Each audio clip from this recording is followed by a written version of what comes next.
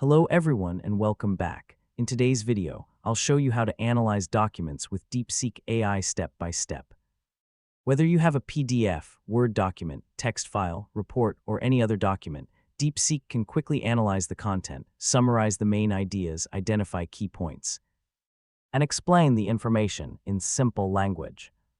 This is a great feature for students, professionals, researchers, and anyone who works with documents regularly. So let's get started. First, open the DeepSeek website and sign in to your account if needed.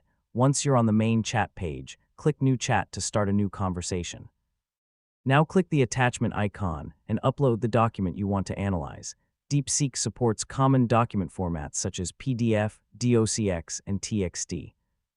After uploading the file, type the prompt, "Analyze this document," and provide a summary. Then click the Send button or press Enter. DeepSeek will read the document and generate a summary highlighting the most important information. Next, type, "What are the key points in this document?" and send the prompt.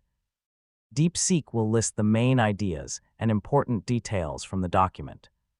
If you'd like a simpler explanation, type, "Explain this document in simple language."